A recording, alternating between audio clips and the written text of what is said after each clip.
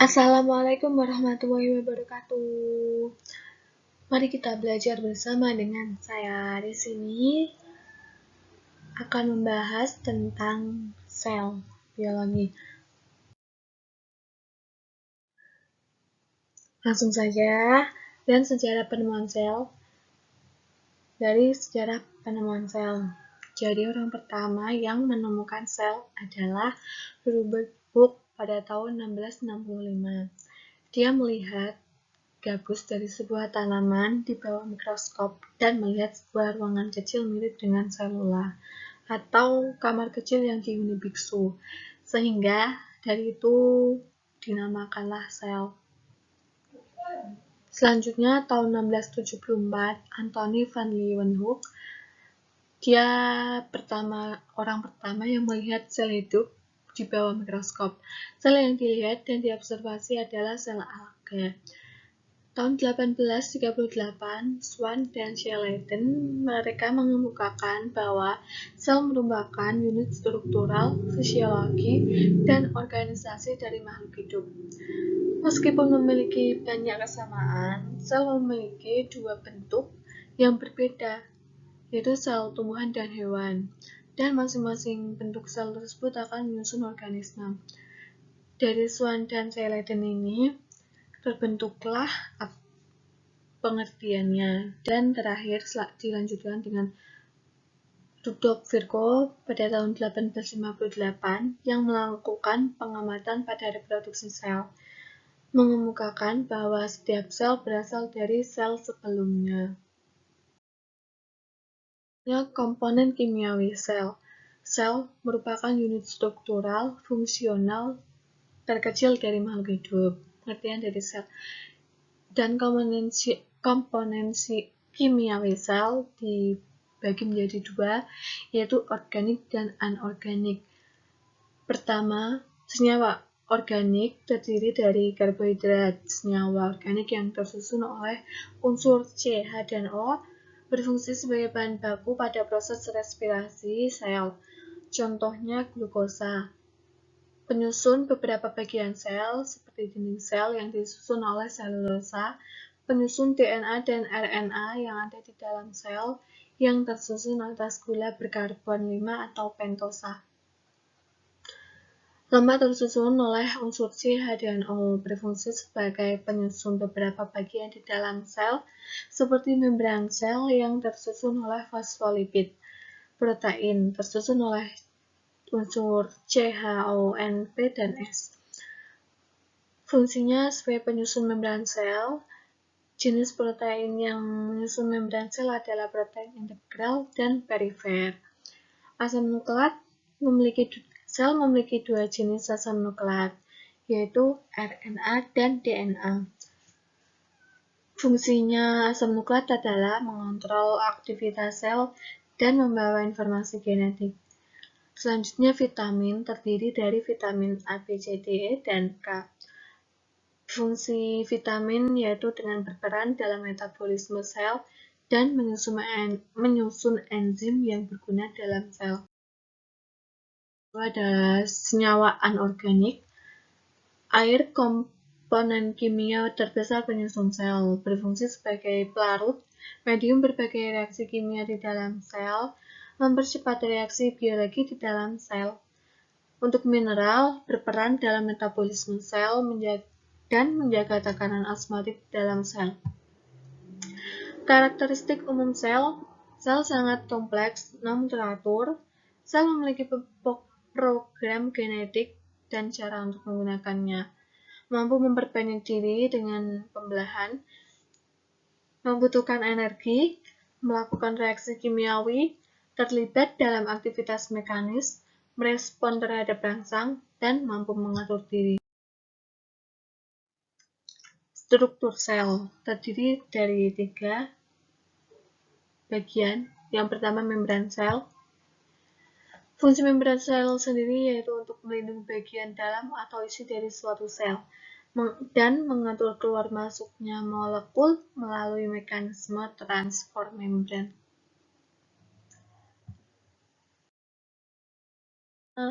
Struktur dari sel membran sel atau plasma sendiri, yaitu ada fosfolipid, komponen utama penyusun membran sel, terdiri dari 2 lapis atau disebut dengan fosfolipid bilayer.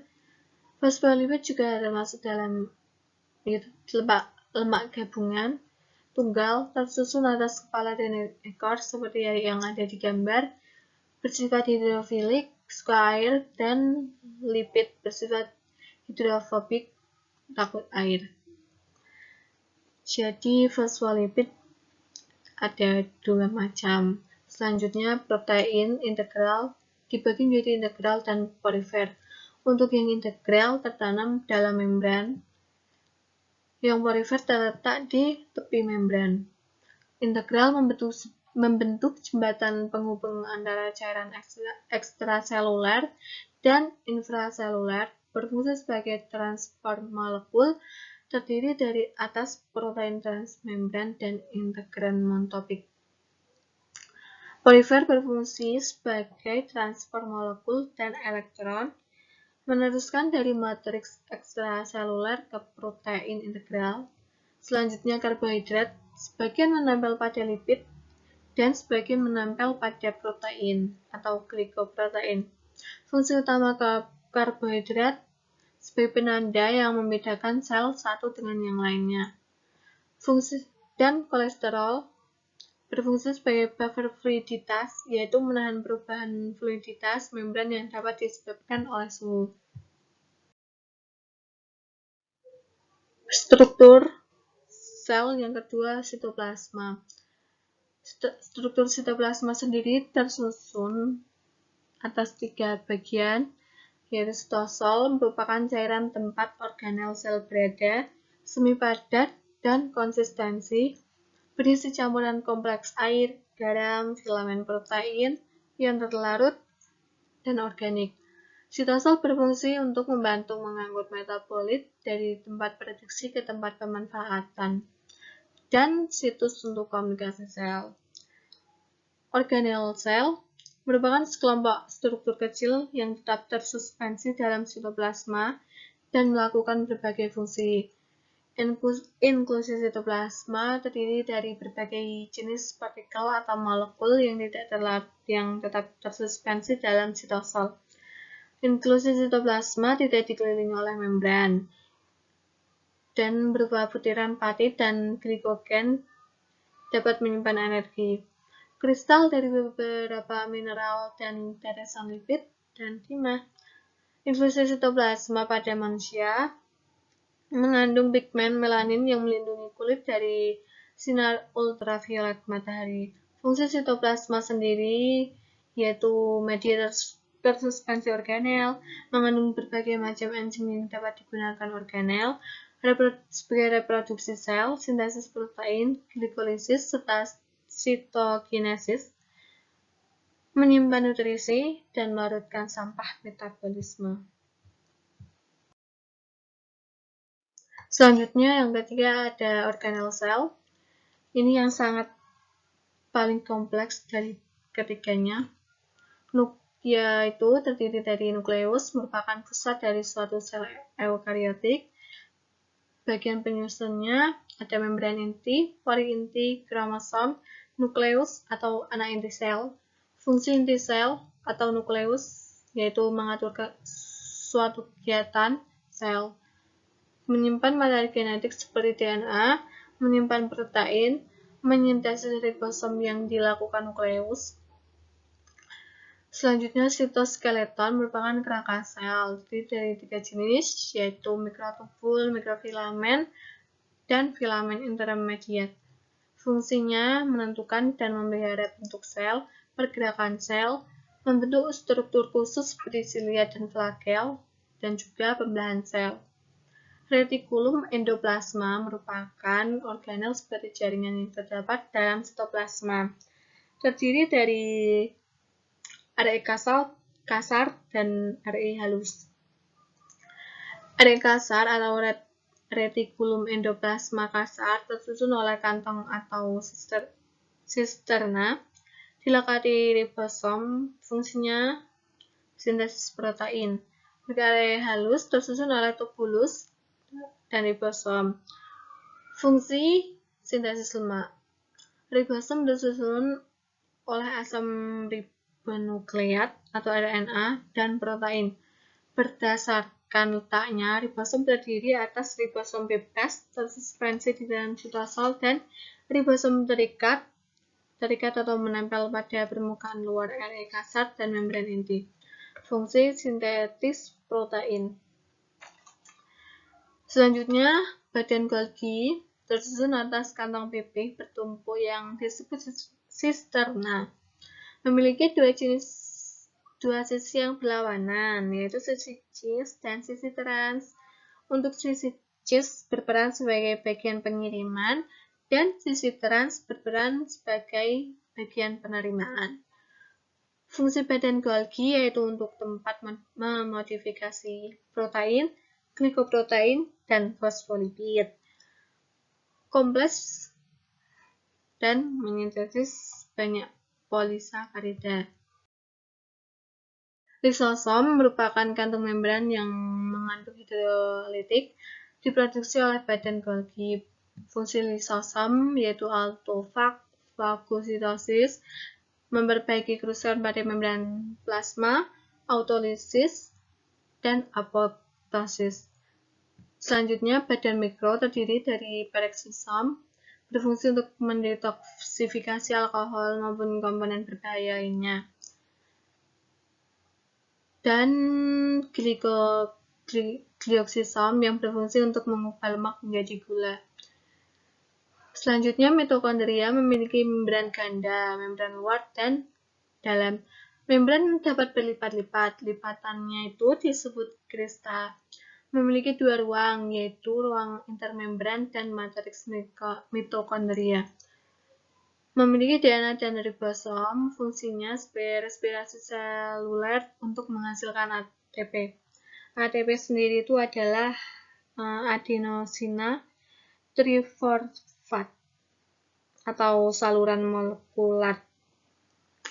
Selanjutnya, plastida terdiri dari leuklopas dan kloroplast.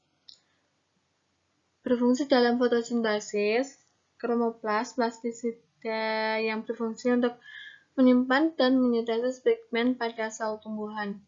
Salah satu pigmen dalam kromoplas adalah karotenoid, yaitu pigmen yang memberi warna pada bunga, buah-buahan, serta daun pada musim gugur. Vakuola merupakan organel yang menjadi area penyimpanan senyawa yang dibutuhkan oleh sel. Fungsi vakuola adalah tempat akumulasi limbah sisa metabolisme sel dan jaringan makanannya. Yang terakhir, senterosom merupakan organel di mana mikrotubul berasal. Senterosom pada sel hewan tersusun oleh sepasang sentriol. Sentriol tersusun atas 9 set mikrotubul yang tersusun seperti cincin. Fungsi sentriol yaitu menentukan formasi silia dan flagel. Fungsi senterosom sendiri yaitu untuk pembelahan sel, yakni menentukan orientasi benang spindle. Ini adalah singkatnya dari struktur sel. Selanjutnya, subbab selanjutnya yaitu jenis sel berdasar ada tidaknya membran inti dibagi menjadi dua, yaitu prokariotik dan eukariotik. Untuk prokariotik, ciri-cirinya tidak memiliki membran inti sel, tidak memiliki inti sel. Contohnya sel penyusun tubuh bakteria dan archaebacteria. Ini adalah contoh gambar dari bakteri. Yang kedua adalah sel eukariotik, berciri-ciri memiliki membran atau selaput inti sel, memiliki inti sel, dan memiliki inti sel. Eukariotik itu adalah kebalikannya dari prokariotik. Dan untuk contohnya sendiri, ada sel penyusun hewan, tumbuhan, manusia, jamur, dan protista. Ini gambar dari sel tumbuhan dan sel hewan. Tabel perbedaan sel hewan dan sel tumbuhan. Perbedaan dari bentuk sel hewan tidak kaku, sel tumbuhan kaku. Perbedaan dinding sel hewan tidak ada, sel tumbuhan ada. Perbedaan lisosom, sel hewan ada, sel tumbuhan tidak ada. Perbedaan sentriol, sel hewan ada, sel tumbuhan tidak ada. Perbedaan kloroplas, sel hewan tidak ada, sel tumbuhan ada. Dan untuk vakuola, sel hewan kecil, sel tumbuhan yang besar. Tabel perbedaan sel prokariotik dan sel eukariotik. Perbedaan membran inti dari sel prokariotik tidak ada, eukariotik ada. Pusat sel prokariotik nukleoid, sel eukariotik nukleus. Organel ribosom, sel prokariotik ribosom. Untuk eukariotik itu ada beberapa, kalian baca sendiri. Perbedaan jenis organisme kingdom Monera dari prokariotik dan untuk eukariotik kingdom Animalia, Protista, Fungi, dan Pantai. Perbedaan ukuran dalam diameter untuk sel prokariotik 0,1 sampai 5 mikrometer dan untuk sel eukariotik 5 sampai 10 mikrometer. Dari sel Animalia,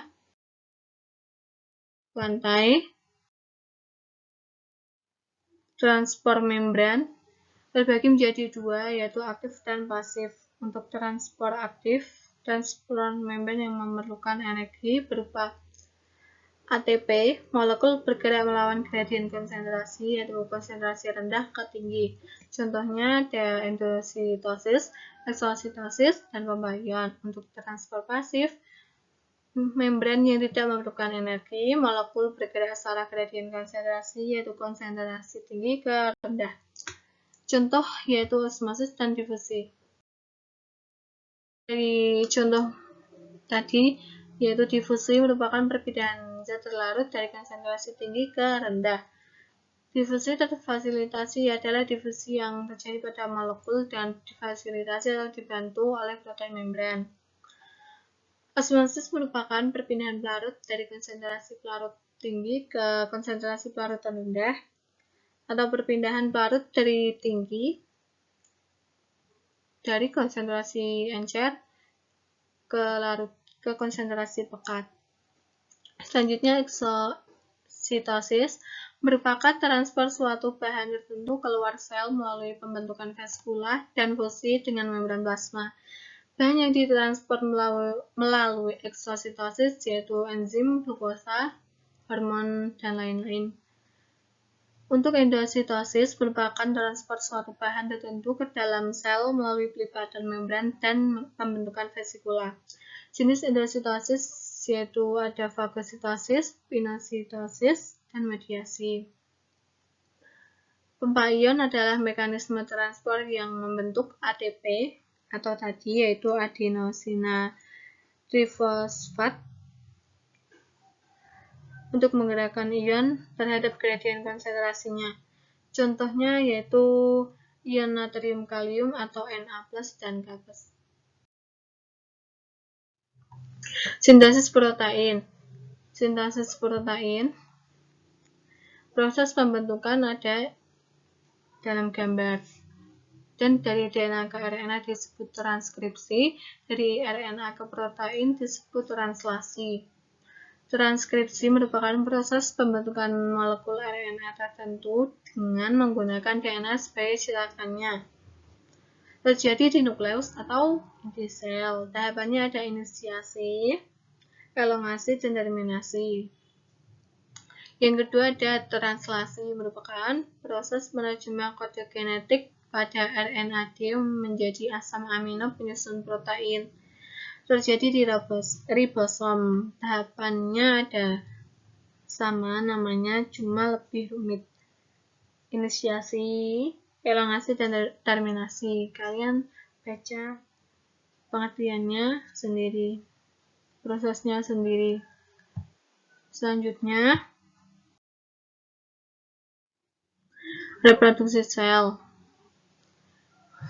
dibagi menjadi dua, yaitu langsung dan tidak langsung. Untuk langsung sendiri tanpa melalui fase pembelahan. Contoh organisme yang melakukan adalah amoeba dan bakteri.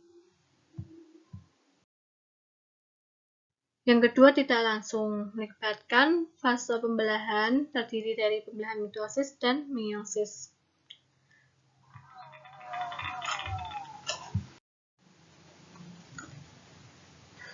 Terdiri dari pembelahan mitosis dan meiosis. Pembelahan mitosis terjadi pada sel tubuh, meiosis terjadi pada sel gamet atau sel kelamin. Contoh organisme yang melakukan adalah organisme multiselular. Untuk yang tidak langsung masih dibagi menjadi dua, yaitu kan mitosis dan meiosis. Untuk mitosis sendiri bertujuan memperbanyak sel, menghasilkan sel anakan yang memiliki sifat sama dengan sel induk. Fase persiapan pembelahan sel atau interfase. Fase-fase pembelahan mitosis yaitu profase, kromatin mulai memendek dan memadat untuk membentuk kromosom. Sentriol menuju kutub berlawanan, terbentuk benang-benang spindle, membran inti sel melebur. Metafase, kromosom berada di plat metafase atau bidang pembelahan atau bidang ekuator. Fase pemisahan kromatid menuju kutub yang berlawanan. Benang spindle akan menarik masing-masing kromatid menuju kutub berlawanan. Yang terakhir, telofase, kromatid yang terpisah kembali menjadi kromatin. Membran inti mulai terbentuk plat pembelahan untuk membagi sel menjadi dua sel anak, terbentuknya dua sel anakan. Contoh gambar dari prosesnya. Selanjutnya, yang B, meiosis. Pembelahan sel yang menghasilkan sel anakan dengan jumlah kromosom setengah dari jumlah kromosom sel induk. Biasanya 4, dan bertujuan menghasilkan gamet. Persiapan pembelahan atau interfase. Jadi sebelum melakukan fase-fase pasti ada persiapan pembelahannya atau interfase.